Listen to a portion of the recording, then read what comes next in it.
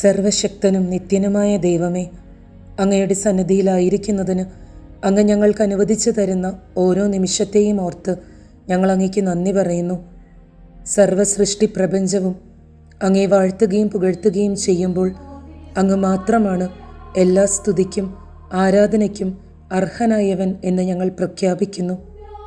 ലോകവും അതിൻ്റെ എല്ലാ സുഖദുഃഖങ്ങളും കടന്നു പോകുമ്പോഴും എന്നേക്കും നിലനിൽക്കുന്ന ജീവിക്കുന്ന തിരുവചനമേ, അങ്ങയിൽ പൂർണ്ണമായി ആശ്രയിച്ച് മുന്നേറുവാൻ തിരുസഭയെയും അതിലെ അംഗങ്ങളെയും സഹായിക്കണമേ.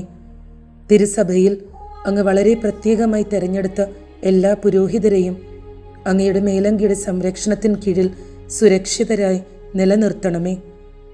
അങ്ങയുടെ പുരോഹിതർക്കെതിരെ ദുഷ്ടൻ മെനയുന്ന എല്ലാ കെണികളിൽ നിന്നും അവരെ കാത്തു രക്ഷിക്കണമേ.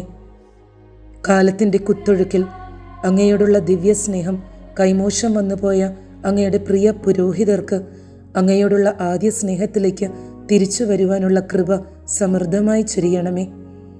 പാപം വർദ്ധിക്കുന്നിടത്ത് കൃപയും വർദ്ധിക്കുന്നു എന്നുള്ള അങ്ങയുടെ തിരുവചനത്തെ പ്രതി പാപം നിറഞ്ഞ ഞങ്ങളുടെ ജീവിതങ്ങളിലേക്ക് അങ്ങയുടെ കൃപയുടെ കടാക്ഷം വർഷിക്കണമേ.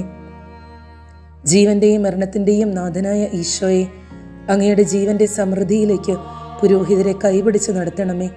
പരിശുദ്ധ മാതാവേ, വൈദികർക്ക് വേണ്ടി പ്രാർത്ഥിക്കണമേ. ആമേൻ.